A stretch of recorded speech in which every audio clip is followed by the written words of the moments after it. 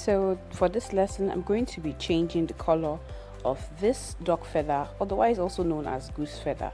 Here are our materials. This is Dylon dye in purple. These are our feathers to be dyed purple. And then here is a shower bath. Any shower bath at all or liquid detergent is fine.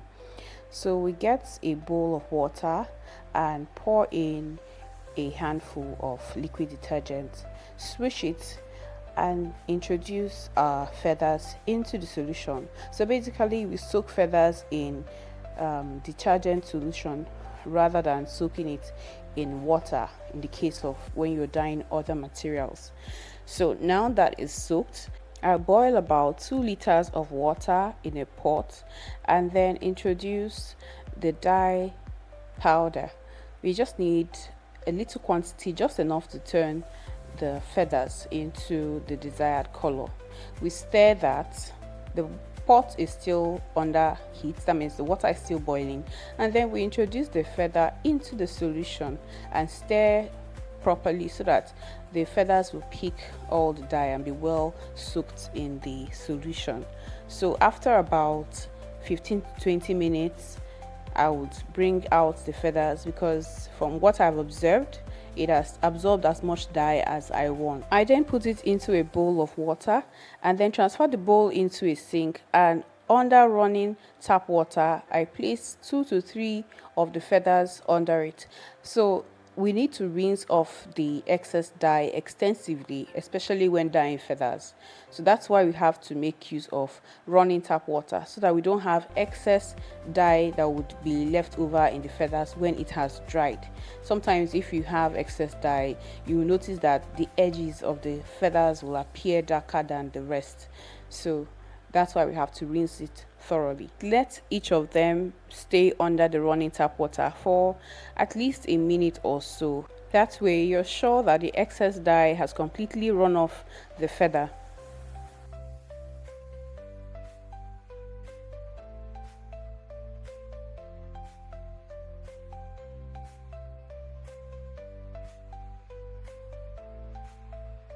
So now this is completely rinsed. The next step is to prep our feathers so that they can be spread under the fan. So usually when we work with millinery materials like cinnamon and the rest of them, spreading them to dry would usually be under the sun. Feathers are also meant to be spread outdoors, especially because of the movement of the wind. But because we cannot control the direction of the wind, we have to make use of our own source of wind, which is the fan. So we have to tie them up in such a way that they can be well positioned in front of a fan without them falling off, and the fan will do its job of drying the feathers completely. So I'm making use of a peg.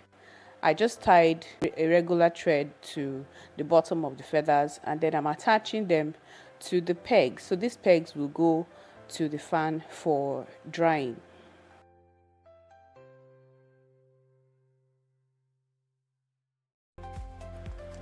So here's our standing fan, and I've already placed a hanger just at the place where I know it won't fall off, and the peg will be stuck right onto the hanger. So this will be here for at least 2 to 3 hours. It could be less, but I recommend that you leave it on the fan until it is completely dried.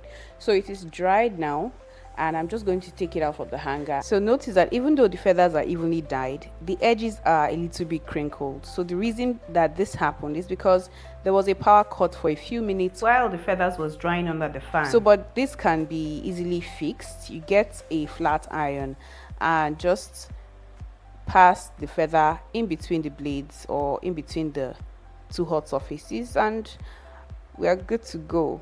So you can see why important it is for us to have a constant rush of air, especially where feathers are drying. So I'm just going to flat iron all of them.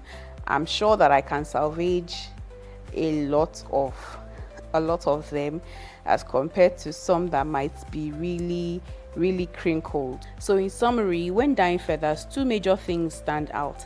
The first is that you should soak feathers in detergent solution before you dip it in the dye, which is not the same as dyeing regular material. So that's the difference. The reason why is because feather has a very high resistance to water, but when you soak it in detergent solution, it makes it more easy to pick the dye when you eventually put it into the dye solution. The second thing is, when you are done rinsing the feathers and you want to spread it outside, make sure you spread it under fast blowing air or wind, as in the case we used fan. So this is my final result. You can learn this and more unique feather manipulation techniques in our online course, Featherganza 1.0.